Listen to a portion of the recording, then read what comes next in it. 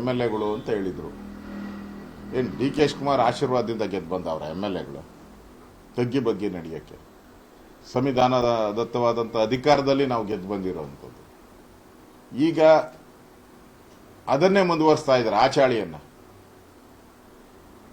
Cinema ರಂಗದವ್ರಿಗೆ nut Bolt tight ಮಾಡ್ತೀನಿ ಅಂತ ಹೇಳಿದ್ದಾರೆ. DK ಶಿವಕುಮಾರಣ್ಣ ಫಸ್ಟು ನಿಮ್ಮ ರಾಜಣ್ಣ ಇದಾರಲ್ಲ ಮಂತ್ರಿ, ಅವ್ರಿಗೆ ನಟ್ಟು ಬೋಲ್ಟು ಟೈಟ್ ಮಾಡಕ್ಕೆ, ಅವ್ರಿಗೆ ಟೈಟ್ ಮಾಡಕ್ಕೆ ನಿಮ್ಮ ಕೈಲಿ ಆತ ಇಲ್ಲ. ಇನ್ನು ಸುದೀಪ್ಗೆ, KGFನ ಯಶ್ಗೆ, ದರ್ಶನ್ಗೆ, ಅವ್ರಿಗೆಲ್ಲ ಹೆಂಗೆ ನಟ್ಟು ಬೋಲ್ಟ್ ಟೈಟ್ ಮಾಡ್ತೀರಾ ನೀವು?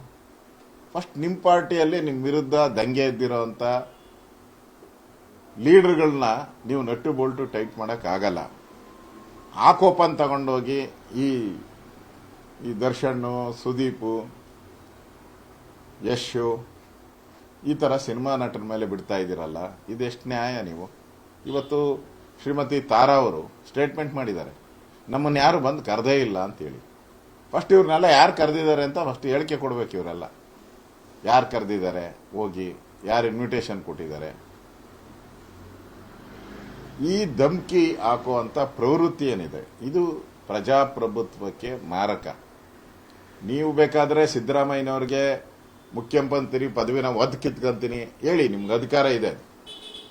ಆದರೆ ಇವ್ರ್ಯಾರು ನಿಮ್ಮ ಗುಲಾಮರಲ್ಲ. ಇವರು ಈ ಸಿನಿಮಾ ಹೀರೋಗಳಿದಾರಲ್ಲ, ಇವ್ರ್ಯಾರು ನಿಮ್ಮ ಗುಲಾಮರಲ್ಲ. ನೀವು ಹೇಳ್ದಾಗೆ ಬರೋಕ್ಕೆ, ನೀವು ಹೇಳ್ದಾಗ ಹೋಗಕ್ಕೆ ಅವ್ರ್ಯಾರು ನಿಮ್ಮ ಗುಲಾಮರಲ್ಲ.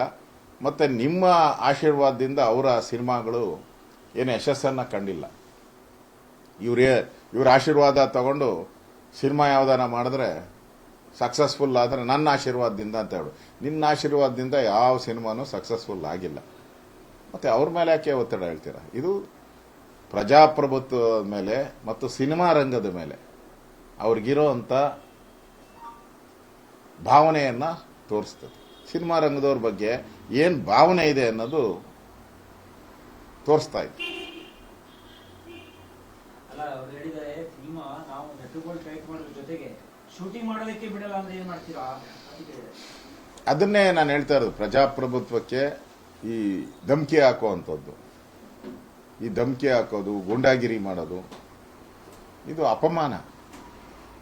ಸಿನಿಮಾ ಅನ್ನೋದು ಒಂದು ಅಂತಾರಾಷ್ಟ್ರೀಯ ಮಟ್ಟದ ಕಲೆ. ಅದು ಡಾಕ್ಟರ್ ರಾಜ್ಕುಮಾರ್ ಅವರಿದ್ರು, ವಿಷ್ಣುವರ್ಧನ್ ಅವರಿದ್ರು, ಶಂಕರ್ನಾಗಿದ್ರು, ಭಾರತೀಯವರು ಇನ್ನೂ ಇದ್ದಾರೆ, ಕಲ್ಪನಾ, ಎಂತೆಂಥ ಕಲಾವಿದರನ್ನ ನೋಡಿದಂಥ ರಾಜ್ಯ ನಮ್ದು.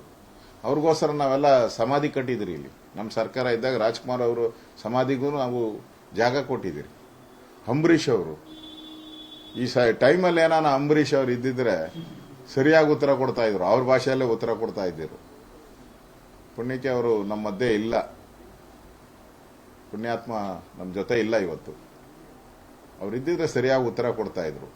ಇದರಿಂದ ಸಿನಿಮಾ ರಂಗವನ್ನ ಇಷ್ಟು ಕೀಳಾಗಿ ಮಾತಾಡುವಂಥದ್ದು ಆ ಸಿನಿಮಾ ರಂಗದ ಕಲಾವಿದರಿಗೆ ಮಾಡದಂತ